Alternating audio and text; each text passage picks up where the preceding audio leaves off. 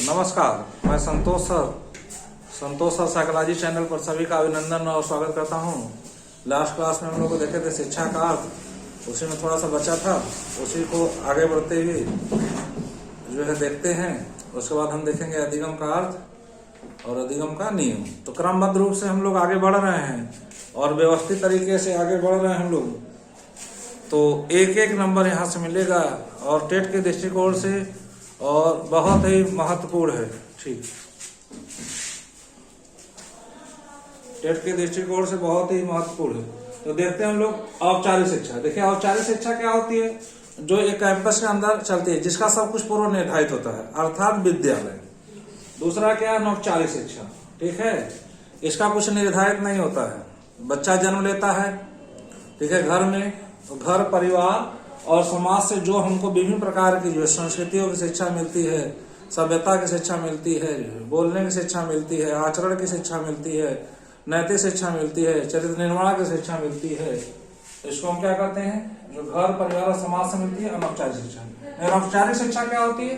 ठीक है, निरौपचारिक शिक्षा जब सरकार को लगता है कि साक्षरता का स्तर गिर रहा है, तो साक्षरता का स्तर बढ़ाने के लिए बहुत सी योजनाएं लॉन्च करती है। तो उसी को हम क्या कहते हैं? इसी को कहते हैं निरौपचारिक शिक्षा, अर्थात दूरस्थ शिक्षा या पत्राचार का शिक्षा। ये सब क्या है? ये सब जो है निरौपचारिक शिक्षा के अंतर्गत आते हैं। अब क्या क्या योजनाएं लॉन्च की गई हैं, तो देखिएगा, टेट और सुपर टेट के दृष्टिकोण से बहुत ही महत्वपूर्ण है। ठीक है, अब यहाँ से प्रश्न पूछे जाते हैं। अब इसके अंतर्गत साक्षरता स्तर बढ़ाने के लिए क्या क्या योजनाएं लॉन्च की गई? तो राष्ट्रीय साक्षरता मिशन शुरू की गई थी, जो है नई शिक्षा नीति 1986 के तहत। जो नई शिक्षा नीति 1986 प्रधानमंत्री राजीव गांधी के समय प्रारंभ की गई थी, उसी के अंतर्गत राष्ट्रीय साक्षरता मिशन की शुरुआत की गई थी 5 मई 1988 को। किसकी शिक्षा के लिए? यह वयस्क शिक्षा के लिए थी। ठीक है, वयस्क शिक्षा किसे कहते हैं? तो वयस्क शिक्षा जो है जिसकी उम्र 15 से 35 होती है। एक एडल्ट एजुकेशन 15 से 35 के बीच के वर्ष को जो है, ठीक है, वयस्क शिक्षा या प्रौढ़ शिक्षा कहते हैं, या क्या कहते हैं? प्रौढ़ शिक्षा। प्रौढ़ शिक्षा की उम्र क्या होती है? 15 से 35, इसको याद रखिएगा। और इनके लिए प्रारंभ की गई थी, जो छूट गए हैं, भूले हैं, भटके हैं, मुख्य धारा से हटे हैं, उनके लिए जो व्यवस्था की गई थी। और 2007 तक लक्ष्य था इसका कि सभी को, प्रौढ़ों को शिक्षित करके उनको कहीं न कहीं रोजगार में समाहित कर दिया जाए। दूसरा क्या है? मध्याह्न भोजन योजना 15 अगस्त 1995। इसमें क्या किया गया? इसमें कक्षा 1 से लेकर 8 तक, कक्षा 1 से लेकर 8 तक, ठीक है, प्राथमिक विद्यालय, उच्च प्राथमिक तक दोपहर में जो है भोजन की व्यवस्था की गई कि बच्चे जो है, नामांकन कम हो रहा है, बच्चे भाग जाते हैं, ठीक है, तो उस नामांकन को बढ़ाने के लिए मध्याह्न भोजन योजना प्रारंभ किया गया 15 अगस्त 1995। ठीक, क्यों शुरू किया गया? नामांकन बढ़ाने के लिए। देखिए, प्राथमिक शिक्षा की सबसे बड़ी समस्या क्या है? प्राथमिक शिक्षा की सबसे बड़ी समस्या है अपव्यय एवं अवरोधन। ठीक है, अपव्यय एवं अवरोधन। अपव्यय क्या होता है? प्राथमिक शिक्षा पूर्व किए बिना। प्राथमिक शिक्षा किसे कहते हैं? प्राथमिक शिक्षा किसे कहते हैं? ठीक है, कक्षा 1 से 8 तक। कक्षा 1 से 8 तक क्या होता है? प्राथमिक शिक्षा है। निम्न प्राथमिक इसमें है 1 से 5। और उच्च प्राथमिक क्या है? उच्च प्राथमिक की बात होगी तो 6 से 8। ठीक है, और 1 से 8 का मतलब हो गया 6 से 14। ठीक है, 6 से 14 में 6 घटा देंगे, हो जाएगा 8। तो ठीक, तो निःशुल्क निवास शिक्षा किसके लिए है? तो 6 से 14 उसके बच्चों के लिए। तो 6 से 14 का मतलब हो गया कक्षा 1 से 8। तो अपव्यय क्या होता है?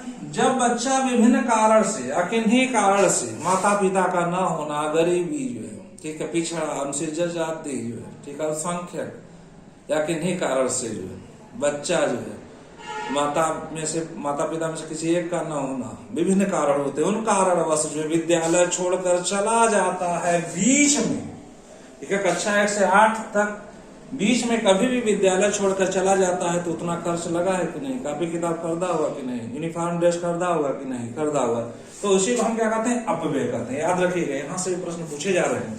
और उधर क्या है, जब बच्चा एक ही क्लास में क्या होता है, बार बार फेल होता है, ठीक है, एक ही कक्षा में बार बार फेल होता है, मान लीजिए 3 में फेल हो गया बार बार, ठीक, तो उसको हम क्या कहते हैं, अवरोधन। या निःशुल्क निवास शिक्षा किस उम्र के लिए, 6 से 14 वर्ष के लिए, या निःशुल्क निवास शिक्षा पार करने में, ठीक है, अधिक समय लगा दे तो उसको भी हम क्या कहते हैं, अवरोधन। बार बार फेल होगा तो इधर समय बढ़ जाएगा कि नहीं, बिल्कुल बढ़ जाएगा, ठीक है।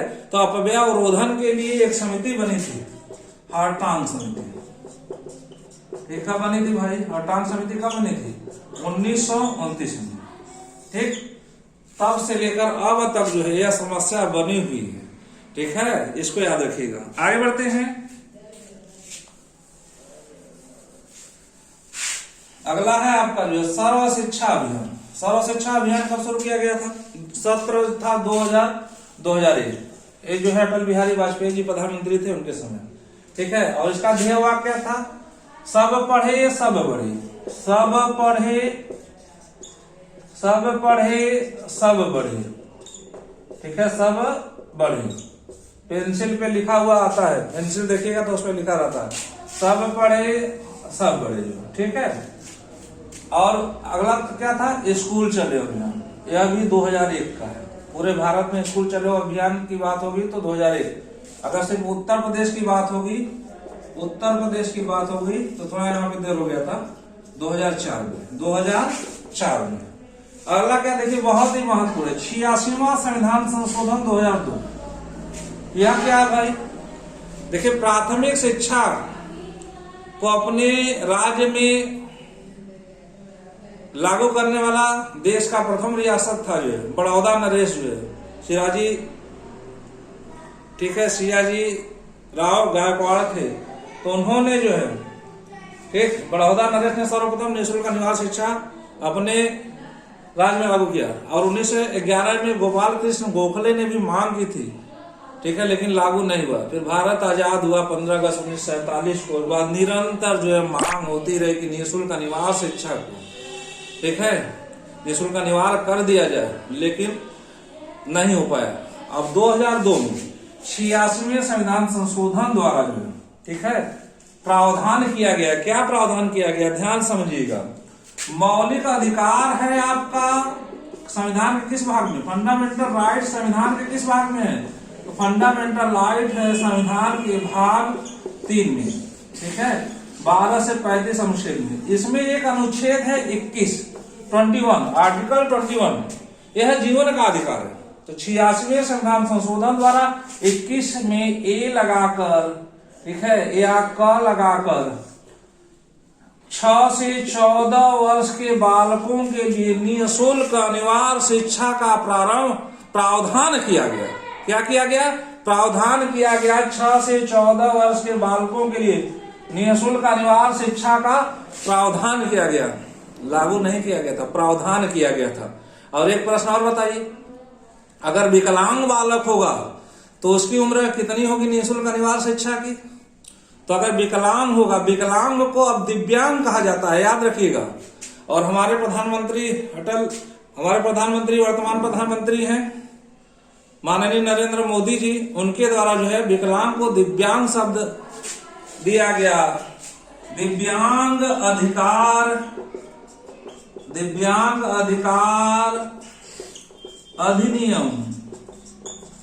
अधिनियम 2016 द्वारा, ठीक है, दिव्यांग अधिकार अधिनियम 2016 द्वारा अगर इनकी निःशुल्क अनिवार्य शिक्षा की उम्र क्या होगी, तो 6 से 18 वर्ष, 4 साल की इनको छूट होती है भाई, इसको मत भूलिएगा, ठीक।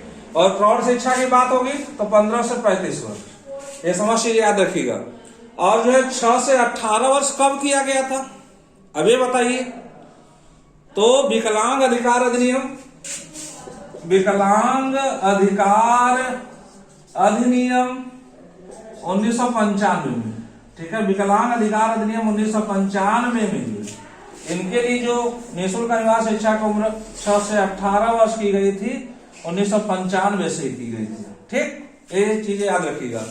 और एक बात और है, 86वें संविधान संशोधन 2002 द्वारा में, ठीक है, मूल कर्तव्य थे 10। मूल कर्तव्य कितने थे? ठीक है, 10 थे। लेकिन अब 86वें संविधान संशोधन द्वारा कितने हो गए? तो 86वें संविधान संशोधन द्वारा जो है मूल कर्तव्य आपके हो गए हैं 11, ठीक। मौलिक कर्तव्य भाग किस भाग में है? भाग 4 में है, ठीक है। और अनुच्छेद इसका एक ही है, 51 क। इसमें पहले जो है एक 42